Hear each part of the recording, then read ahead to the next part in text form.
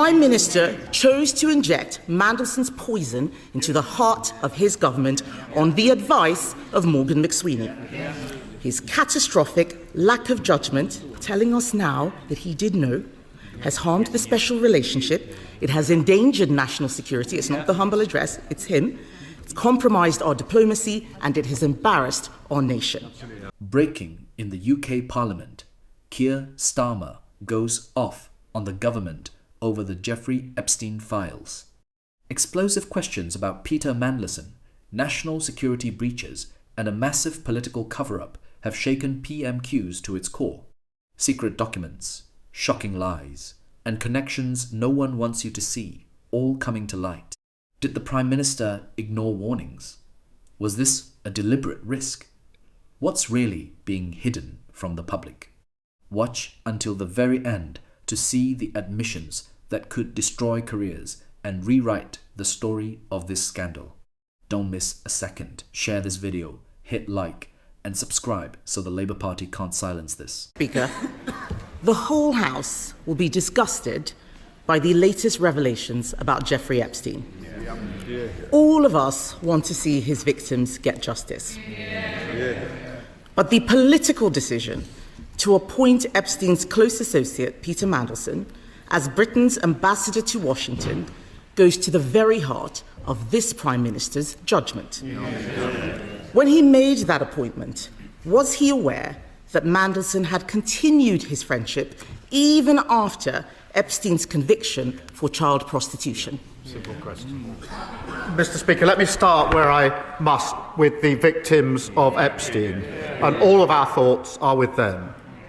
Can I also say our thoughts are with all those who lost jobs, savings and livelihoods in the aftermath of the 2008 financial crash. To learn that there was a cabinet minister leaking sensitive information at the height of the response to the 2008 crash is beyond infuriating.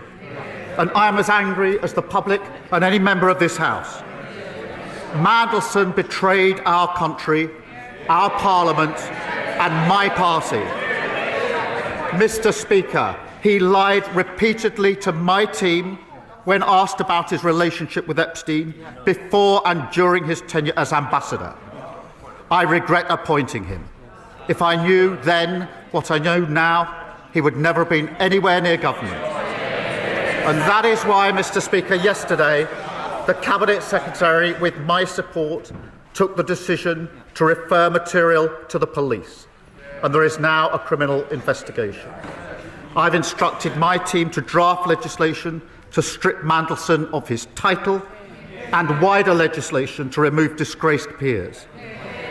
And this morning, I've agreed with His Majesty the King that Mandelson should be removed from the list of Privy Councillors on grounds that he's brought the reputation of the Privy Council into disrepute. Mr. Speaker, I asked the Prime Minister a very specific question. Did he know that Mandelson had continued his friendship with Epstein after the conviction? He says if he knew then what he knows now, but he did know. In January 2024, a journalist from the Financial Times informed the Prime Minister that Mandelson had stayed in Epstein's house even after that conviction for child prostitution. So did the Prime Minister conveniently forget this fact, or did he decide it was a risk worth taking?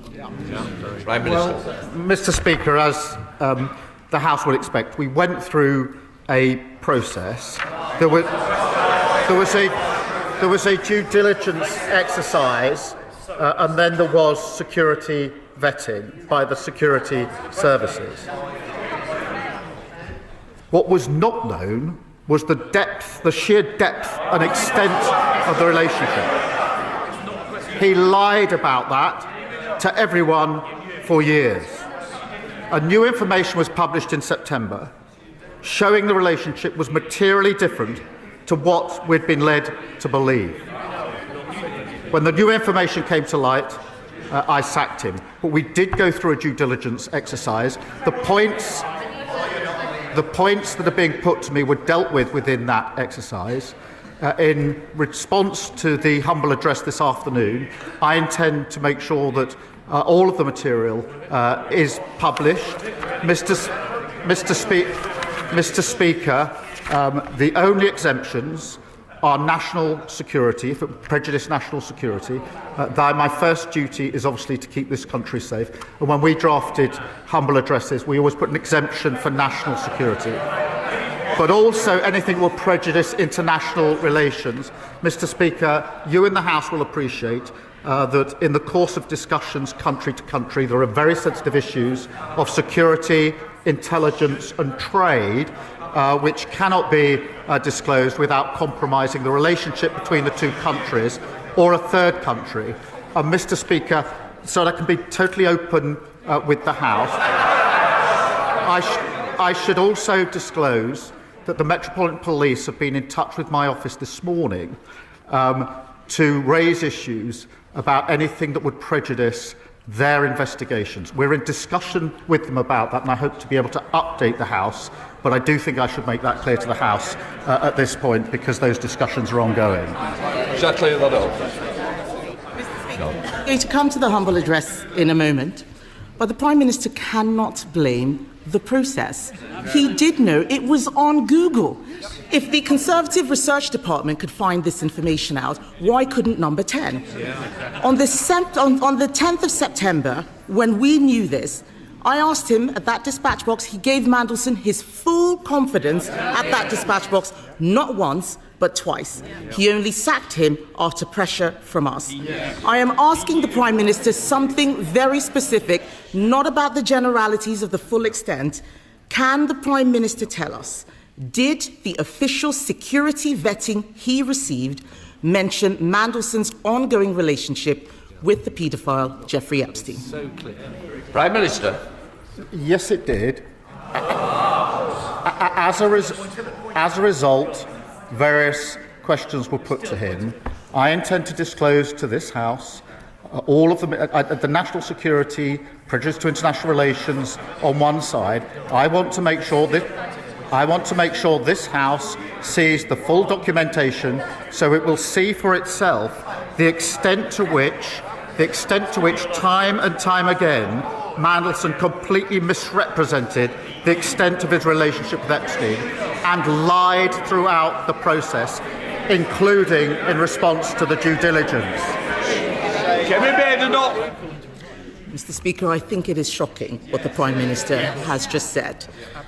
How can he stand up there saying that he knew, but he just asked Peter Mandelson if the security vetting was true or false? This is a man who had been sacked from cabinet twice already for unethical behaviour. That is absolutely shocking.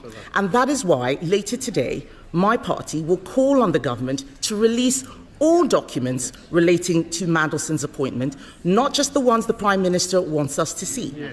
Because this government is trying to sabotage that release with an amendment to let him choose what we see, the man who appointed Mandelson in the first place. Labour MPs now have to decide if they want to be accessories to his cover-up. Can the Prime Minister guarantee that he won't remove the whip if they refuse to vote for his whitewash amendment? Prime Minister. Mr. Speaker, the first exemption is in relation to anything that could compromise national security. That is not a small matter, and many members on the benches opposite will know precisely why that needs to be in the exemption. When we were drafting humble addresses, when we were sitting over there, we always made sure that exemption was in because we knew how important it was to the then government. I don't think I've seen a humble address without that in, because and just to be clear, to vote to release something that would prejudice national security is wrong in principle. The second exemption is in relation to things that would prejudice international relations. There will be discussions about security and intelligence and trade, which are highly sensitive to the two countries involved and to third countries. Well, they have to ask themselves whether they want to vote to prejudice our national security. I don't think they do. I don't think, in fairness, that they do. But can I reassure the House, Mr. Speaker? Let me reassure the House. The process for deciding what falls into those categories will not be a political process. It will be led by the Cabinet Secretary, supported by government legal teams. So they will be looking at the question of prejudice. They will be making that decision. The only additional thing I just want to put before the House, because there was a discussion this morning with the Metropolitan Police, is that we are in discussions with them about any material that they're concerned will prejudice their investigation. We're at an early stage of that discussion, but I didn't want to have the House not know that that discussion is going on. Mr. Speaker, the Prime Minister is talking about national security. The national security issue was appointing Mandelson in the first place. And what he has said about the humble address is a red herring. To those Labour MPs who were not there in the last Parliament, let me tell them, humble addresses already exempt genuine national security. This is not about national security, this is about his job security.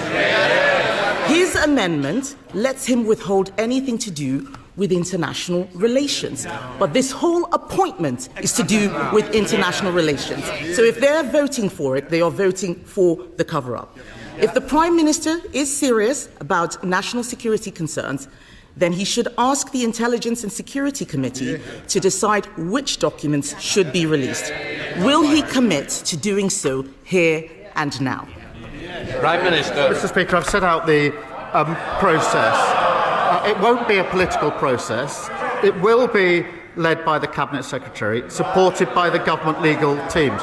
But I'm pleased that she, I think, now accepts that at least the first exemption that we've written in to the amendment to the petition is the right amendment in relation to prejudice national security.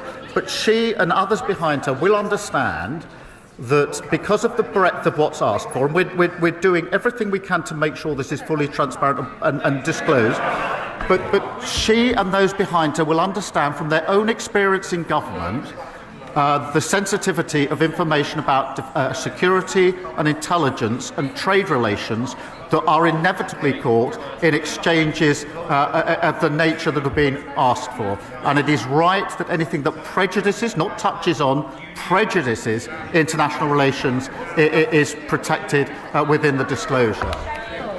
If that was really the case, then he wouldn't mind if the ISC had a look. And let's be clear, he says the Cabinet Secretary makes it non-political, but that doesn't make it independent. What we want is an independent look. The ISC is independent, the Cabinet Secretary works for him. We know that there will be a cover-up because this implicates the Prime Minister and his Chief of Staff, Morgan McSweeney, a protege of Peter Mandelson. The Prime Minister chose to inject Mandelson's poison into the heart of his government on the advice of Morgan McSweeney. His catastrophic lack of judgment, telling us now that he did know, has harmed the special relationship, it has endangered national security, it's not the humble address, it's him, it's compromised our diplomacy, and it has embarrassed our nation. After all of this, does he have the same full confidence in Morgan McSweeney that he had in Peter Mandelson? Prime Minister. Morgan McSweeney is an essential part of my team. He helped me change the Labour Party and win an election. Of course I have confidence in him. But, Mr. Speaker, whatever is slung across this dispatch box, I don't think it's right for the Cabinet Secretary to be denigrated in that way and to suggest that he would be involved in a cover-up. There's the politics that comes over the dispatch boxes, but I honestly don't think it's right to impugn the Cabinet Secretary in that way. And I suspect in their heart of hearts, many on those benches would agree. Mr. Speaker, I'm as angry as anyone about what Mandelson has been up to. The disclosures that have been made this week of him passing sensitive information at the height of the response to the 2008 financial crash is utterly shocking and appalling. He's betrayed our country. He's lied repeatedly. He's responsible for a litany of deceit. But this moment demands not just anger, but action. And that's why we've moved quickly, referring material to the police. publishing legislation so we can remove titles from disgraced politicians, and stripping Mandelson of his Privy Councillorship. That is what the public expect, and that is what we will do. If you want the truth to reach everyone, like this video, share it with your friends, and hit subscribe. Ahmad, don't miss out. Subscribe now to stay informed and see what others are trying to hide.